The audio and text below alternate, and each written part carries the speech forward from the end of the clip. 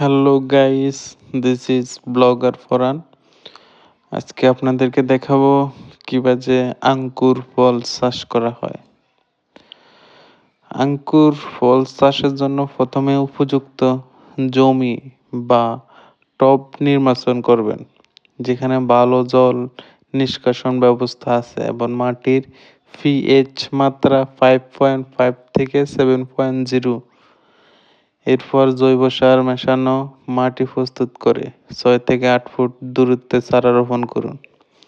চারা রোপণের পর পর্যাপ্ত জল ও সারাদিন এবং নিয়মিত পরিচর্যা, যেমন ডাল ছাঁটাই ও রোগবালাই দমন করতে হবে।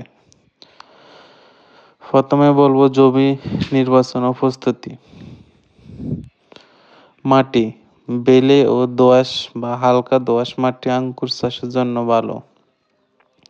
জল নিষ্কাশন, এমন জমি নির্বাচন করুন যেখানে জল জমে থাকে না, কারণ ভালো জল নিষ্কাশন ব্যবস্থা অপরিহার্য।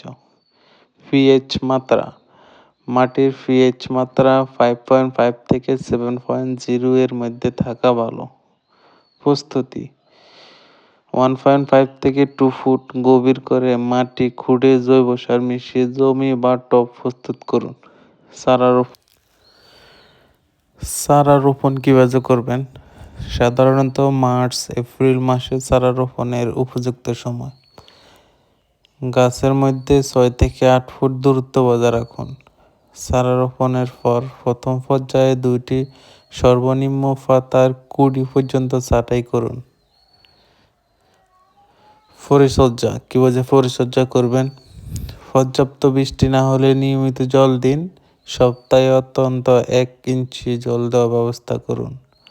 রোপণের 1 মাসের মধ্যে যদি চারা সচেত না হয়, তাহলে গোড়ার মাটি আলগা করে তাতে 5 গ্রাম ইউরিয়া সার উপরি প্রয়োগ করতে পারেন। নিয়মিত ডাল ছাঁটাই করার প্রয়োজন, যা গাছের ফলন ও স্বাস্থ্য ভালো রাখতে সাহায্য করে। আঙ্কুর গাছের রোগ ও পোকামাকড় দমনের জন্য উপযুক্ত ব্যবস্থা নিন। চারা লাগানোর পর 3 বছর পর্যন্ত গাছ মূলত বৃদ্ধির জন্য শক্তি ব্যবহার করে এবং 3য় বছর পর থেকে ফলন শুরু হয়।